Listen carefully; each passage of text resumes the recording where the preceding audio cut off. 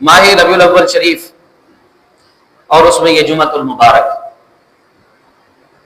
مجھے حدیث مبارکہ یاد آ رہی ہے کہ جس میں آقا کریم علیہ الصلوۃ والتسلیم سے پوچھا گیا کہ حضور آپ پر اب ہم سامنے دیکھ کر کہ آپ حیات ہیں، دنیا کے اندر ظاہری طور پر ہمارے ساتھ ہمارے سامنے موجود ہیں، ہم آپ پر درود و سلام پیش کرتے ہیں، جب آپ اس دنیا سے چلے جائیں گے تب بھی آپ پر اگر ہم درود بھیجیں تو آپ کو پہنچے گا؟ تو آقا کریم علیہ الصلوۃ والتسلیم کی یہ پوری حدیث مبارکہ میں آپ کے سامنے پیش کرتا ہوں۔ آقا صلی اللہ علیہ وسلم نے ارشاد فرمایا، جمعہ کا دن دنوں کا سردار دن ہے۔ اس دن حضرت آدم علیہ السلام پیدا ہوئے، اس دن حضرت آدم علیہ السلام اس دنیا سے رخصت ہوئے، اسی دن قیامت قائم ہوگی۔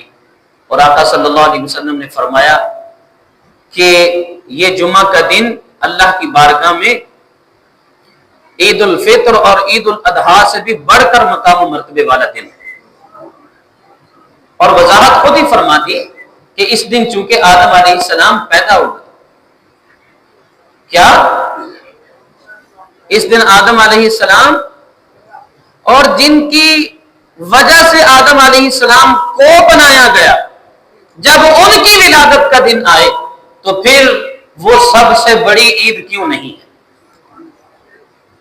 حدیث مبارکہ میں آ گیا نا کہ جمعہ کا دن اس لیے سردار ہے کہ اس دن آدم علیہ السلام کو اللہ نے پیدا کیا، اور فرمایا عید الفطر اور عید الاضحیٰ سے بھی بڑھ کر مقام و مرتبے والا دن ہے اللہ کی بارگاہ میں۔ کس وجہ سے؟ کہ آدم علیہ السلام اس دن پیدا ہوئے، اور آدم علیہ السلام اسی دن اس دنیا سے رخصت بھی ہوئے۔ اس کا مطلب یہ ہوگا کہ اگر کوئی یہ کہے کہ 12 تو وفات کا دن ہے، حضور کی 12 ربیع الاول تو وفات کا دن ہے، تو بھئی اعتراض کوئی نہیں، اس لیے کہ اللہ رب العزت نے اپنے محبوب کی زبانی یہ اعلان کروا دیا ہوا ہے کہ آدم علیہ السلام جس دن پیدا ہوئے وہ بھی عید الفطر اور عید الاضحیٰ سے بڑھ کر مقام و مرتبے والا دن ہے، ساری عیدوں سے بڑھ کر مقام و مرتبے والا دن ہے۔ اور جس دن آدم علیہ السلام اس دنیا سے چلے گئے وہ دن بھی جمعہ کا دن ہی تھا، وہ بھی عید الفطر اور عید الاضحیٰ سے بڑھ کر مقام و مرتبے والا دن ہے۔ ساری عیدوں سے بڑی عید کا دن جس دن آدم علیہ السلام پیدا ہوئے، اور جمعہ کا دن تو جس دن آدم کے بھی سلطان و سردار و بادشاہ اس دنیا میں تشریف لائے، اس دن کے مقام اور مرتبے کے بارے میں کیا خیال؟ تو آج جمعۃ المبارک کا دن ہے، اللہ نے ہمیں یہ جمعۃ المبارک عطا فرمایا ہے، اور ساتھ ساتھ یہ ایام میلاد النبی صلی اللہ علیہ وسلم بھی اللہ تعالیٰ نے نصیب فرمائے۔ یہ وہ وقت ہے جب دلوں میں عشق رسول صلی اللہ علیہ وآلہ وسلم کو تازہ کرنا، آنکھوں کو اشک بار کرنا، اور زبانوں کو ذکر مصطفیٰ صلی اللہ علیہ وسلم سے معطر کرنا ضروری ہے۔ لیکن سوال یہ ہے کہ کیا محبت صرف زبانی دعوے کا نام ہے کہ ہم زبان سے کہتے ہیں ہم نبی پاک سے بڑی محبت کرتے ہیں، کیا اسی کا نام محبت ہے؟ کیا عشق رسول صلی اللہ علیہ وسلم صرف جلوس نکال لینے سے پورا ہو جاتا ہے اور نعرے لگانے سے مکمل ہو جاتا ہے عشق رسول؟ تو قرآن و حدیث ہمیں بتاتے ہیں کہ محبت رسول اور عشق رسول صلی اللہ علیہ وآلہ وسلم کا اصل ثبوت اتباع سنت ہے، یعنی آقا صلی اللہ علیہ وسلم کی اتباع کی جائے، آپ کے فرامین پر عمل کیا جائے، آپ نے جو احکامات ہمارے لیے ارشاد فرمائے ہیں ان پر عمل کر کے، ان کی سنتوں پر عمل کر کے جب ہم وقت گزاریں گے، اصل محبت رسول یہ ہے، اصل عشق رسول یہ۔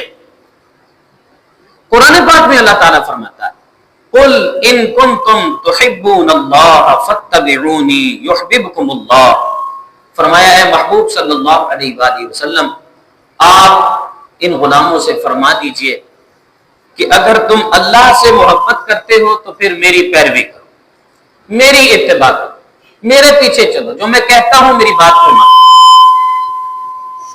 اچھا، ہم تھوڑے لالچی لوگ ہیں، ظاہر سی بات ہے انسان کی فطرت میں یہ چیزیں شامل ہوتی ہیں، اللہ ہی بچائے تو اللہ کی توفیق سے بندہ بچ جاتا ہے، مگر ہم ہر چیز میں منافع ڈھونڈتے ہیں، پروفٹ ڈھونڈتے ہیں۔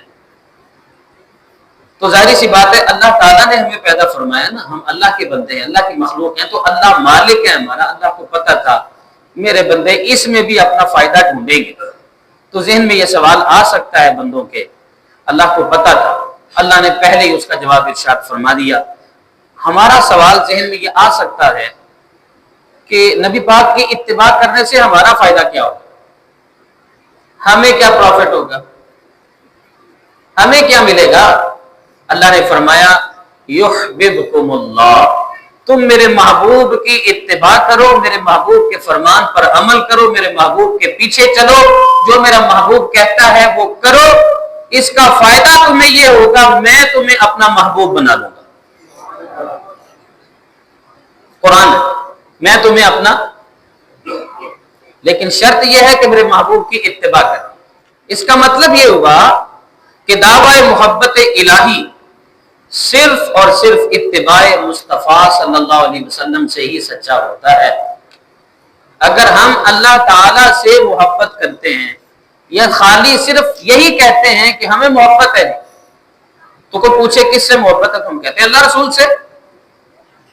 جب یہ دعویٰ کرتے ہیں تو پھر ساتھ ساتھ اس دعوے کی پختگی کے لیے، اس دعوے کو ثابت کرنے کے لیے ہمیں آقا صلی اللہ علیہ وآلہ وسلم سے محبت ضرور بضرور کرنی ہے، اور وہ صرف اسی طرح ہو سکتی ہے کہ آپ کی اتباع کی جائے، آپ کی فرما برداری کی جائے۔ قرآن پاک میں اللہ رب العزت فرماتا ہے ما آتاکم الرسول فخذوہ، میرا محبوب جو تمہیں دے اسے لے لو، وما نہاکم عنہ فانتہوا، اور جس چیز سے میرا محبوب تمہیں روکے اس سے رک جاؤ۔ یہ ہے جی اتباع مصطفیٰ، یہ ہے محبت الہی اور محبت رسول کو ثابت کرنے کے لیے پیمانہ۔ اس کا مطلب یہ ہوا کہ اتباع رسول ہر مسلمان پر فرض ہے۔ گویا قرآن پاک میں ایک اور جگہ پر جو فرمایا گیا ہے وہ بات بھی حقیقتاً ہمارے سامنے واضح طور پر سامنے آ گئی ہے، وہ یہ ہے کہ من یطع الرسول فقد اطاع اللہ، اللہ کی اگر اطاعت کرنا چاہتے ہو تو محبوب صلی اللہ علیہ وسلم کی اطاعت کر لی۔ جس نے نبی صلی اللہ علیہ وآلہ وسلم کی اطاعت کر لی، فرما برداری کر لی، اللہ فرماتا ہے ایسے ہی ہے جیسے اس نے اللہ کی اطاعت کر لی۔ پھر ہمارے آقا صلی اللہ علیہ وآلہ وسلم کے اسوہ حسنہ کے بارے میں اللہ تعالیٰ قرآن پاک میں فرماتا ہے لَقَدْ كَانَ لَكُمْ فِي رَسُولِ اللَّهِ أُسْوَةٌ حَسَنَةٌ، محبوب کی اتباع کرنی ہے نا، تو جس کی اتباع کرنی ہے وہ بے مثل و بے مثال ہونا چاہیے، اس جیسا کائنات کے اندر کوئی نہیں ہونا چاہیے، پھر اس میں کمی نہیں ہونی چاہیے، کیونکہ مالک حکم دے رہا ہے کہ اس ہستی کے پیچھے چلو، اس کی اتباع کرو، اس نے جو کہا ہے اسی کو مانو، اور جس سے اس نے روک دیا ہے اس سے رک جاؤ۔ تو اس کا مطلب وہ کوئی ایسی ہستی ہونی چاہیے جس کی ہر ادا اللہ کے حکم کے مطابق ہو، اس میں کوئی کسی قسم کی کمی کجی کوئی عیب نہ ہو۔ اللہ نے فرمایا ہاں وہ میرا محبوب محمد ہے نا،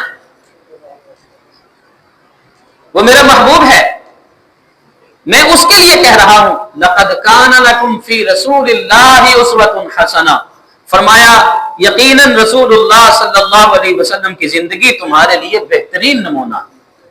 تو گویا جو حضور نے کیا وہ ہمیں کرنا ہے، جس سے حضور نے روک دیا یا جس سے حضور رک گئے ہم بھی اسی سے رک جائیں، جو حضور نے فرما دیا وہی سب کچھ ہے۔ ہم ایسے بہت سارے لوگوں کو جانتے ہوں گے کہ جب حدیث کی بات آتی ہے، قرآن کی بات آتی ہے، وہ وہیں پہ رک جاتے ہیں، وہ کہتے ہیں بس بھائی جب قرآن اور حدیث ہمارے سامنے آ گیا اب اس کے علاوہ ہماری اپنی کوئی مرضی نہیں، قرآن میں جو کہہ دیا وہی حق ہے، جو حضور نے فرما دیا وہی حق، ہم اس پہ اپنا سر خم کرتے ہیں۔ صلی اللہ علیہ وآلہ وسلم کے طریقے پر چلنے میں۔ ایمان کی شرط محبت رسول ہے۔ بندہ مومن ہی نہیں ہو سکتا یا کامل مومن نہیں ہو سکتا جب تک پیارے آقا صلی اللہ علیہ وآلہ وسلم سے مکمل ہر چیز سے بڑھ کر محبت نہیں کرتا۔ حدیث مبارکہ میں آتا ہے لا یؤمن احدکم حتی اکون احب الیہ من والدہ وولدہ والناس اجمعین، مشہور حدیث مبارکہ۔ فرمایا اس وقت تک تم میں سے کوئی کامل مومن نہیں ہو سکتا جب تک کہ میں اس کو، میری ذات اس کو، اس کے والدین سے، اس کی اولاد سے، اس کے مال سے، یہاں تک کہ اس کی جان سے بھی بڑھ کر نہ ہو جاؤں۔ جب تک آقا صلی اللہ علیہ وسلم کی ذات ہم کو ہر چیز سے پیاری نہیں ہو جاتی، ہر چیز سے بڑھ کر نہیں ہو جاتی، تب تک ہم مومن کامل نہیں ہو سکتے۔ ایک صحابی رضی اللہ تعالیٰ عنہ انہوں نے عرض کیا یا رسول اللہ صلی اللہ علیہ وآلہ وسلم قیامت کب آئے گی؟ حدیث مبارکہ میں آتا ہے قیامت کب آئے گی؟ حضور علیہ الصلوۃ والسلام نے فرمایا تم نے قیامت کے لیے کیا تیاری کر رکھی ہے؟ تو انہوں نے بڑا پیارا جواب عرض کیا، انہوں نے عرض کیا یا رسول اللہ صلی اللہ علیہ وسلم میری تیاری قیامت کے لیے بس اتنی ہے کہ مجھے اللہ اور اس کے رسول سے محبت ہے۔ کیا؟ مجھے اللہ اور اس کے رسول سے، بولیے، مجھے اللہ اور اس کے رسول سے محبت ہے۔ تو آقا صلی اللہ علیہ وسلم نے آگے کیا جواب ارشاد فرمایا، سنیے، فرمایا انت ما من احببت، اے میرے پاس آ کر سوال کرنے والے اور مجھ کو بتانے والے کہ تجھے اللہ اور اس کے رسول سے محبت ہے، تیرے لیے میں اللہ کا محبوب ہو کر یہ خوشخبری دے رہا ہوں کہ تو جس سے محبت کرتا ہے قیامت کے دن اسی کے ساتھ اٹھایا جائے گا۔ حضرت انس رضی اللہ تعالیٰ عنہ کہتے ہیں جب حضور نے یہ فرمایا نا انت ما من احببت، کہ جس کے ساتھ تیری محبت ہوگی تو اسی کے ساتھ اٹھایا جائے گا، تو کہتے ہیں ہمیں اتنی خوشی کبھی کسی بات پر نہیں ہوئی جتنی خوشی اس بات پر ہوئی کہ ہم جس سے محبت کرتے ہیں قیامت کے دن اسی کے ساتھ اٹھائے جائیں، کیونکہ صحابہ کرام کی حضور کے ساتھ بے لوث محبت، بغیر کسی شرط کے محبت، اور ان کی محبت اللہ اور اس کے رسول کی رضا کے لیے ہوتی تھی۔ بلکہ قرآن پاک نے بڑی پیاری بات صحابہ کرام کے لیے بتائی ہے۔ قرآن پاک کہتا ہے کہ جو صحابہ کرام تھے نا ان کی نیت کیا ہوتی تھی۔ اللہ تو سب کی نیتوں کو جانتا ہے نا، بھئی میں نہیں جانتا، آپ نہیں جانتے، کسی کے دل کے اندر کیا ہے کسی کے لیے کوئی نہیں جانتا، مگر اللہ تو جانتا ہے نا، علیم بذات الصدور ہے اللہ کی ذات۔ تو اللہ تعالیٰ نے قرآن پاک کے اندر نبی پاک صلی اللہ علیہ وسلم کے صحابہ کی دو صفات بیان فرمائی۔ شاید کہ آپ نے کبھی اس طرف توجہ کی ہو، میں نے کچھ مرتبہ یہاں پر بیان کی ہے یہ بات، لیکن آج ذرا توجہ کے ساتھ دل کے کانوں کو کھول کر اس بات کو سن لیجیے۔ قرآن کہتا ہے کہ صحابہ کرام جب بھی کوئی عمل کرتے ہیں تو ان کی نیت یہ ہوتی ہے، پہلی بات قربات عند اللہ، کہ اللہ کا قرب ہمیں میسر آ جائے۔ جب بھی کوئی کام کرتے ہیں تو کس نیت کے ساتھ؟ کہ اللہ کا ہمیں قرب مل جائے، ہم اللہ کے نزدیک ہو جائیں، اللہ کی بارگاہ کا قرب ہمیں میسر آ جائے۔ اور دوسری بات بڑی پیاری فرمائی، فرمایا قربات عند اللہ ایک ہے وصلاحات الرسول، میرے محبوب کے صحابہ جب بھی کوئی بات کرتے ہیں، جب بھی کوئی کام کرتے ہیں تو ان کی نیت ایک تو یہ ہوتی ہے کہ اللہ کا قرب مل جائے، اور دوسری ان کی نیت یہ ہوتی ہے کہ ہمیں نبی پاک کی بارگاہ سے دعائیں مل جائیں۔ حضور کہیں خوش ہو کر جا میں تجھ سے راضی ہوں، جا تیرا بھلا ہو جائے، جا تجھے سلامتی مل جائے، جا تجھے حفظ و امان میں اللہ کی حفظ و امان میں دیا، تجھے حفاظت میں اللہ رکھے۔ جب اس طرح کی دعائیں حضور علیہ الصلوۃ والسلام کی بارگاہ سے مل جائیں، پھر اس کے بعد اور کچھ نہیں چاہیے ہوتا ہے کہ جب رسول راضی ہو گئے, اللہ کا محبوب راضی ہو گیا, تو پھر اور کیا چاہیے. تو قربات عند اللہ و صلوات الرسول, صحابہ کرام کی یہ دو صفات اللہ نے بیان فرمائی ہے. تو یہاں پر بھی یہی ہے کہ صحابی نے جب یہ عرض کیا کہ حضور قیامت کب آئے گی, حضور نے فرمایا کیا تیاری کی, عرض کیا حضور اللہ رسول سے محبت کرتا ہوں. فرمایا جس کے ساتھ محبت کرتا ہے اسی کے ساتھ اٹھایا جائے گا. تو حضرت انس کہتے ہیں ہمیں کبھی کسی بات سے اتنی خوشی نہیں ہوئی جتنی اس بات سے خوشی ہوئی. ہم بھی حضور سے محبت کرتے ہیں, انشاءاللہ قیامت کے دن حضور کی بارگاہ میں حضور کے قدموں سے لگ کر انشاءاللہ جنت میں چلے جائیں گے. حضرت جناب سیدنا ابو بکر صدیق رضی اللہ تعالی ان کی محبت کا واقعہ, غار ثور میں ہجرت کا موقع تھا حضور علیہ الصلوۃ والسلام کے ساتھ غار ثور میں. جنہوں نے غار ثور کی زیارت کی ہے اللہ ان کی نظروں کو سلامت رکھے. جو عمرہ یا حج کرنے کے لیے گئے ہیں یقیناً انہوں نے غار ثور کی اور غار حرا دونوں کی زیارت کی. صحابیہ رضی اللہ تعالی عنہ ان کے 4 رشتے ایک جنگ میں چلے گئے, شہید ہو گئے. باپ بھی, بیٹا بھی, بھائی بھی, خامد بھی, سارے شہید ہو گئے. اور واپسی آنے والوں میں سے سب سے پہلے جو آگے تھا خبریں دینے والا, اس نے آ کر کہا کہ آپ کا بھائی شہید ہو گیا. انہوں نے کہا کوئی بات نہیں, بتاؤ حضور کا کیا حال ہے. انہوں نے کہا آپ کا بیٹا بھی شہید ہو گیا. انہوں نے کہا کوئی بات نہیں, بتاؤ حضور کا کیا حال ہے. انہوں نے کہا تمہارا باپ بھی شہید ہو گیا. کہا کوئی بات نہیں, بتاؤ حضور کا کیا حال ہے. بھائی بھی چلا گیا, بیٹا بھی چلا گیا, خامد بھی چلا گیا, باپ بھی چلا گیا. چاروں کے بارے میں بتایا گیا آپ کی وہ شہید ہو گئے. انہوں نے کہا سارے ہی شہید ہو گئے, کوئی فرق نہیں پڑتا, بتاؤ حضور کا کیا. اور جب بتایا گیا کہ حضور صحیح سلامت ہیں تو حدیث مبارکہ میں آتا ہے کہ اس صحابیہ رضی اللہ تعالی عنہ نے پھر یہ کہا کہ اگر حضور سلامت ہیں تو کسی قسم کا کوئی دکھ نہیں, ہر پریشانی ہیج, ہر پریشانی, کوئی پریشانی نہیں, سب پریشانیاں ختم ہیں. اگر حضور علیہ الصلوۃ والسلام سلامت ہے تو کوئی پریشانی. تو اس کو کہتے ہیں محبت, اسے کہتے ہیں عقیدت, اسے کہتے ہیں عشق. حضرت جناب مولانا علی المرتضیٰ شیر خدا رضی اللہ تعالیٰ آپ ہجرت کی رات کفار تلواریں لے کر باہر کھڑے. حضور علیہ الصلوۃ والسلام نے فرمایا علی میرے بستر پر لیٹ جاؤ. کچھ حضور علیہ الصلوۃ والسلام نے وصیتیں بھی فرمائی. حضور نے فرمایا میرے بستر پر لیٹ جاؤ. عرض کیا حضور اگر میں آپ کے بستر پر لیٹوں تو آپ کو کوئی آنچ تو نہیں آئے گی نا, آپ تو خیریت سے رہیں گے نا, آپ تو سلامت رہیں گے نا. فرمایا ہاں علی بالکل میں خیریت سے رہوں گا, سلامت رہوں گا. تو پھر حضرت مولا علی کرم اللہ وجہ الکریم نے مسکرا کر کہا حضور پھر مجھے کوئی فکر نہیں, اپنی جان کی کوئی پرواہ نہیں. اور حضرت مولا علی کرم اللہ وجہ الکریم سے بعد میں کبھی کسی نے پوچھا کہ اے علی آپ بتائیے تو صحیح, کبھی سکون کی نیند آئی ہو اور کبھی اس بات کو بھی ذہن میں نہ لائے ہو کہ آج کہیں اس دنیا سے چلا جانا ہی نہ ہو جائے, وقت ختم ہو جائے, موت نہ آ جائے. کبھی ایسا ہوا کہ اس بات کو بھی ذہن سے نکال کے سوئے ہو.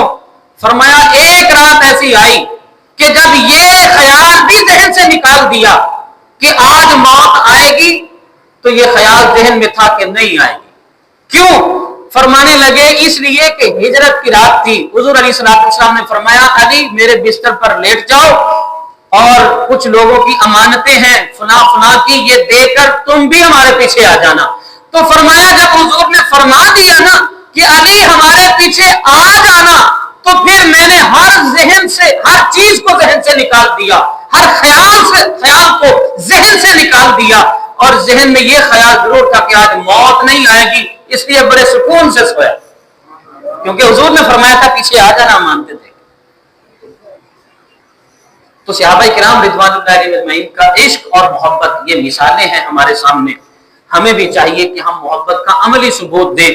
محبت صرف نعروں کا نام نہیں ہے, جان دینی پڑتی ہے. عشق صرف خالی زبان سے دعووں کا نام نہیں ہے, جان دینی پڑتی ہے, جان لگانی پڑتی ہے. جب ہم کہتے ہیں غلامی رسول میں موت بھی قبول ہے اور اس کے لیے دین پر چلنا ضروری ہے. سرکار کی محبت کا خالی دعویٰ نہیں, صرف نعرے نہیں, صرف میلاد کی محافل نہیں کہ صرف ٹھیک ہے جی ہم نے محافل کر لی, سرکار کا ذکر کر لیا, کافی ہے, یہ محبت نہیں. جب وقت آئے تو اس وقت پہ جان بھی سرکار کے نام پر لٹانی پڑے تو پیچھے نہیں ہٹیں گے، اور سرکار نے جو فرما دیا ہے اس پر عمل کر کے اپنی زندگی گزاریں گے۔ سرکار نے فرمایا ہے نماز نہیں چھوڑنی تو ہم نماز نہیں چھوڑیں گے، سرکار نے فرمایا ہے روزہ نہیں چھوڑنا ہم روزہ نہیں چھوڑیں گے، سرکار نے فرمایا ہے زکات نکالنی ہے ہم زکات نکالیں گے، سرکار نے فرمایا ہے ہمسایوں کا خیال رکھنا ہے ہم نے ہمسایوں کے حقوق کا خیال رکھنا ہے، سرکار نے فرمایا ہے کہ سب سے بہتر وہ ہے کہ جو گھر والوں کے حقوق ادا کرتا ہے ہم نے سب کے حقوق ادا کرنے ہیں، اس کو محبت رسول کہتے ہیں۔ وگرنہ محفلیں کرانے کا کوئی فائدہ نہیں، وگرنہ محفلوں میں آنے کا کوئی فائدہ نہیں۔ واللہ میں بڑی صاف بات کہہ رہا ہوں، آپ کسی بھی بڑے سے بڑے عالم سے پوچھ لیجئے کہ آپ بندہ ایک ہے ساری رات محفلوں میں شرکت کرتا ہے صرف نماز نہیں پڑھتا، تو آپ ان سے پوچھ لیجئے وہ کہیں گے اس کا پوری رات جاگ کر ذکر رسول سننا کوئی رتی برابر بھی فائدہ نہیں دیتا۔ جو بندہ نماز ہی نہیں پڑھتا اس کا کیا فائدہ ہے؟ تو میلاد النبی کا مطلب صرف چراغاں یا جلوس نہیں ہے، صرف نعروں کا نام میلاد النبی نہیں ہے، صرف نعروں کا نام میلاد النبی نہیں ہے، بلکہ میلاد النبی کی اصل خوشی یہ ہے کہ ہم اپنی زندگیوں میں حضور کی سنت کو زندہ کریں۔